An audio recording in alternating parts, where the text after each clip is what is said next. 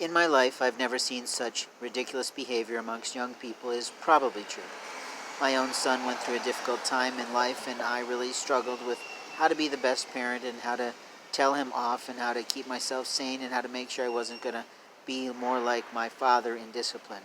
I won't go into the details of that, but no one else has the right to know those things is probably true.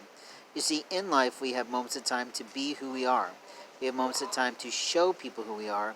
We have moments of time to tell people who we are. But most importantly, it's the showing that does something. What we can tell about people is that they have 8 areas that they really need to be in balance.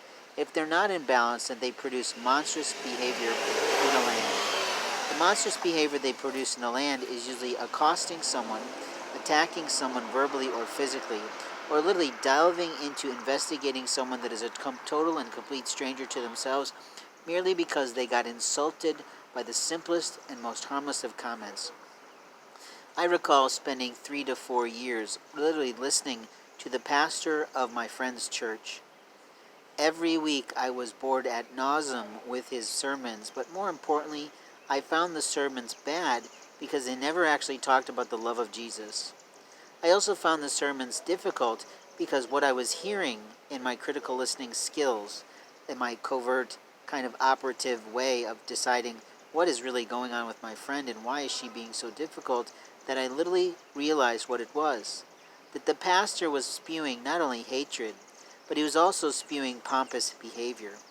He literally was implying week after week that he was superior to the others in his congregation in relationship to his life with God.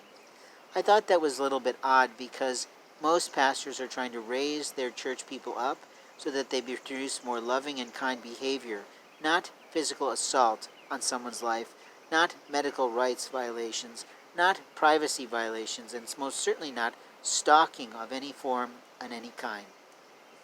All of which is federally illegal and internationally unwelcome based on our charters and treaties with over 400 nations in the world dating back to 1948.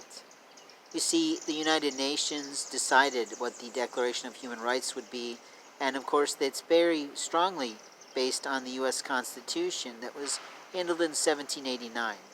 We also have the Bill of Rights and civil rights and mobility-related rights and laws.